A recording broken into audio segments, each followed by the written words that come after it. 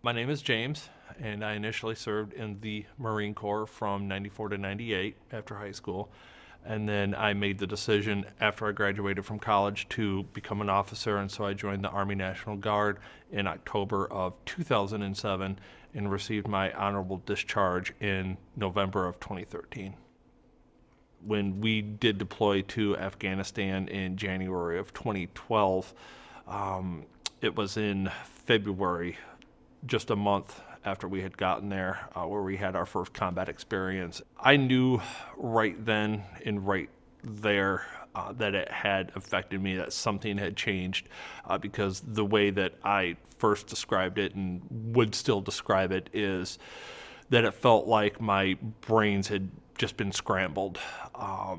Just everything felt disconnected, and it was about 3 days after the attack where I had asked our company first sergeant at the time if he would want to step out back and have a smoke with me, because he had been to several Iraq deployments and had seen a lot. With everything that I was feeling at that time, I just knew something was not right. And he told me, as soon as I asked him, he said, "Sir, I can tell you right now that you have PTSD." It was very visible how angry I was, and just my irritability was enough for them to basically put me on a plane and send me right away to the WTU in Fort Knox for treatment.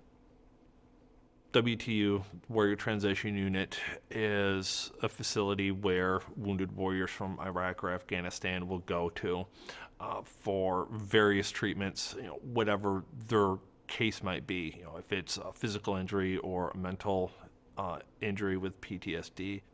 At the time, when I was at the WTU and when I came home, actually home, I did drink. I did abuse my prescription medications a lot. After having taken so many pills for so long, I had gained about 80 pounds. So I was grossly overweight for just my height. And I had started to see my civilian doctor. He said, "So it's your choice. With as overweight as you are, with where everything else is at," he says, "if you don't stop doing what you're doing to yourself right now, one of two things are going to happen. You're either going to stroke out and die, or you're going to have a heart attack and die. That's it. It's inevitable. This is what's going to happen unless you make a change."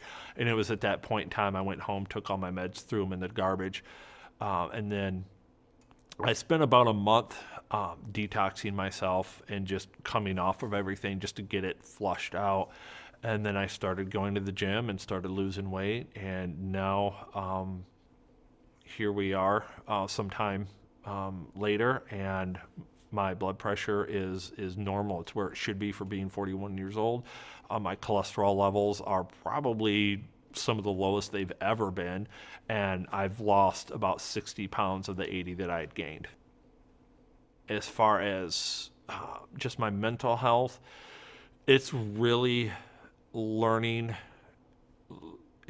how to continue to manage PTSD and what works for me, because of course what works for me might not work for somebody else, and so forth. I do still see my psychologist at the VA every couple of months or so. We've gotten past the need for me to see him weekly or every other week like I had been.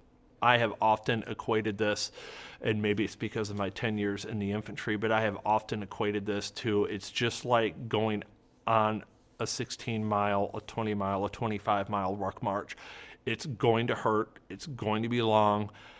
It's going to exhaust you, and at times you are going to think, "I can't do this. I can't take another step." But if you keep telling yourself that if I put one foot in front of the other and I keep doing this, that at some point I will finish this event and I will be better for it and I'll get through it. It's the same thing.